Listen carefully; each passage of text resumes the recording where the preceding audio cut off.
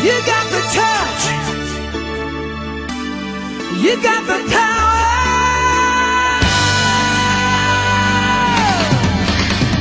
Yeah!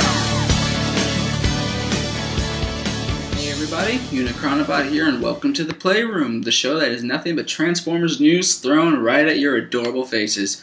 Now, today, the show's going to be uploaded a day early simply because this weekend I'm going out of town. I'm going to be in Philadelphia.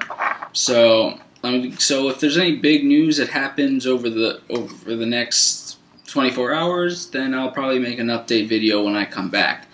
But for now, let's just get to the news. I'm going to start with the smaller things and then get to the big stuff, or at least small in my opinion. And we'll start with the next few Beast Hunters toys that we're getting. We're getting a Deluxe Arcee, which from what it looks like what they're doing with the other Autobots and Decepticons from the RID line. They're slightly remolding them from this very small, and I repeat, small product shot. It looks like little to no modifications were changed, but one of the biggest things is I noticed they finally painted her crest pink, good, and that there might be a slight remolding to the leg bits and the wings, I use, and like everyone else, she has a bow and arrow. And the other one is Vertebreak. Get it? Vertebreak. But yeah, he is simply a repaint. He is a repaint of Laserback. Not even like a retool. Like same head, same everything. He's literally Laserback with tiger stripes. That is all he is. So he isn't, I'm not going to say he's a must-have. But one of the biggest things, though, is the Beast Hunter Cyberverses. As you all knew, we were getting a Hunger and a Quick Strike, but we're getting the rest of the Terrorcons. We're getting Ripper Snapper, we're getting I don't remember all their names at the moment, but we're getting them. And not only that, but they combined into Abominus. The only problem with this, though, is that aside from Twin Strike, apparently the only one that's going to be sold on its own is Twin Strike and Hunger. If you want to get all of them to make Abominus, he'll become a Target exclusive. And since these Cyberverses are all Commander size, which means they're roughly perhaps a little smaller than Megatron, they will most likely combine to form about the size of a Voyager class figure. And since these guys alone go for about $10 each, I'm going to assume that the sets may be $35 to $40. They haven't released a price yet. That's just my opinion. But still, cool stuff to look forward to. In Botcon news, we got another reveal at the next Machine Wars figure, and it is Strika. For those of you who don't remember, Strika was that hulkish woman that first appeared in the Beast Machine series, and she had a short cameo in the animated series. But she became a major fan favorite. And a picture was released. She is a retooling of the Deluxe class Warpath. So far, this is the only one I'm okay with. Another one that was released aside from Hoist was, what's his name? Skywarp, and he is a retool of, I'm trying to remember, he's a retool of a Revenge of the Fallen jet figure, and I'm sorry, they're mixing up too many aesthetics. We got two figures that are retools of Generations lines, and then we get one Bayverse. I'm sorry, but I feel if you're going to start remolding and retooling figures, make sure that they all stay from one specific line. It's like literally saying, "Oh, here's the next. We're remolding figures to look like the Beast Wars figures. We're remolding a Generation 1 Optimus and the 2007 Leader Class Optimus." You just can't do it. You can't put those two aesthetics together, or else you get certain people like the GDO Megatron. It's just not a good idea. But that's all I really have to say about that. I'm not going to Botcon, and I know that even with my gripes against against these figures, I know these cars are still going to sell for like $400 online. Doesn't matter what I say. But I digress and move on to the bigger news. The bigger news being Beast Hunters coming out soon. Amazing new trailer came out, so here's a little sample of it. And by sample, I mean I'm showing you 2/3 of the entire trailer. created in the laboratory. Cloned from fossilized remains. I present to you, my liege, the ultimate Autobot hunter.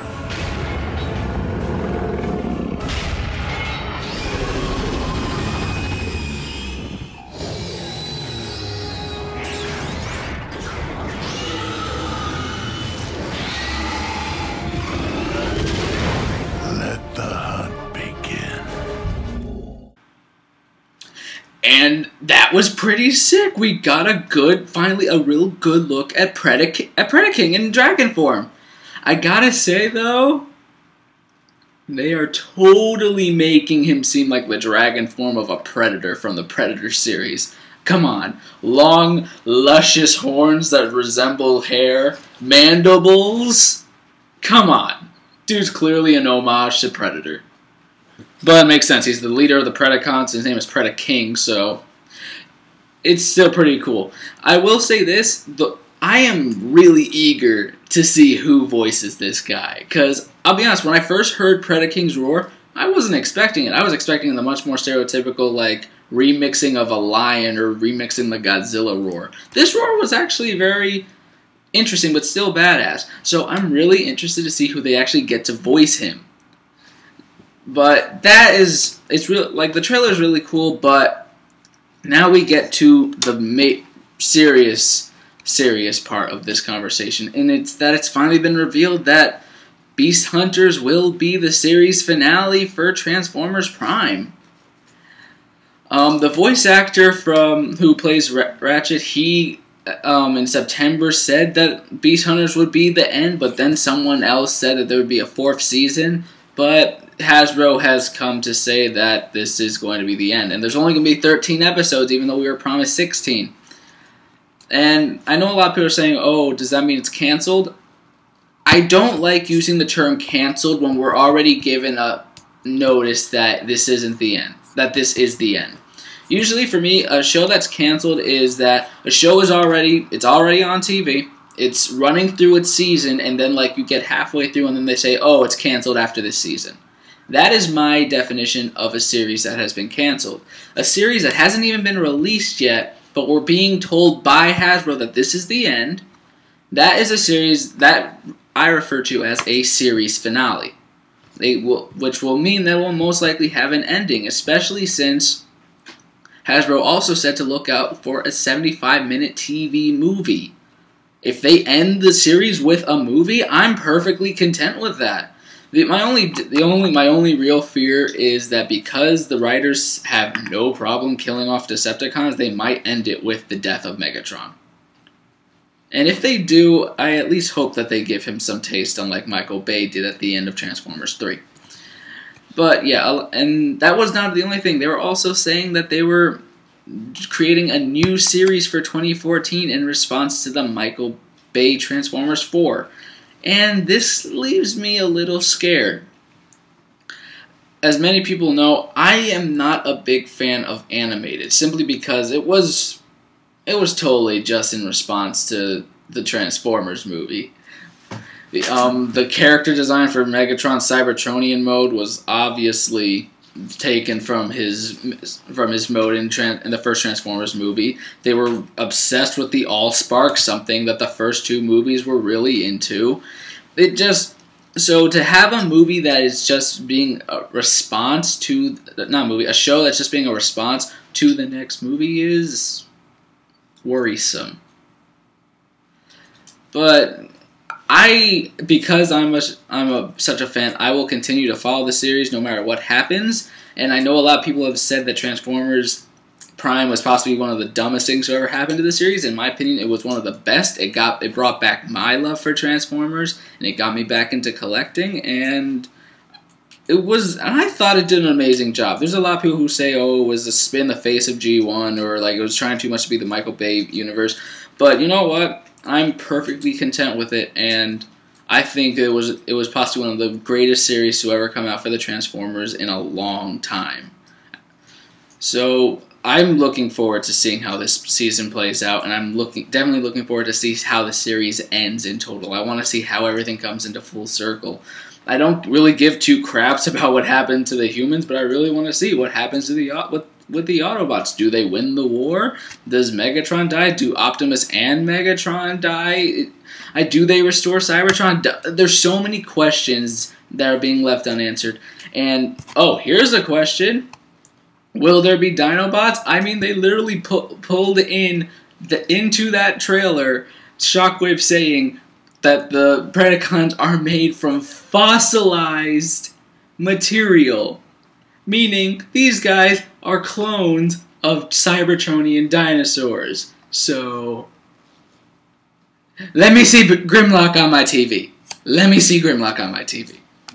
But that's all I really have to say about that. And that's all the real big news that I have for you guys, because, frankly, after Toy Fair, there's not much news.